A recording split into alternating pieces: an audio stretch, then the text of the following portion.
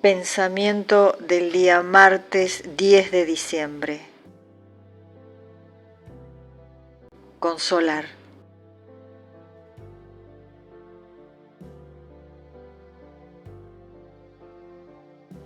Dame a todos los que están solos.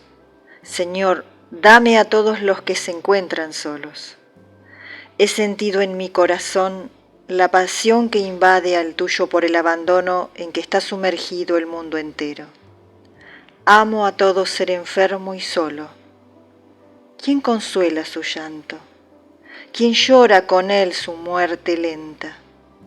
¿Y quién estrecha contra su propio corazón el corazón desesperado?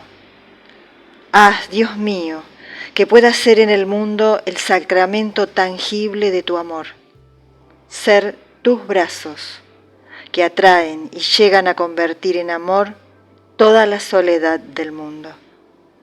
Chiara Lubich, Meditaciones, Editorial Ciudad Nueva. Palabra de vida. Diciembre de 2024. Nada es imposible para Dios.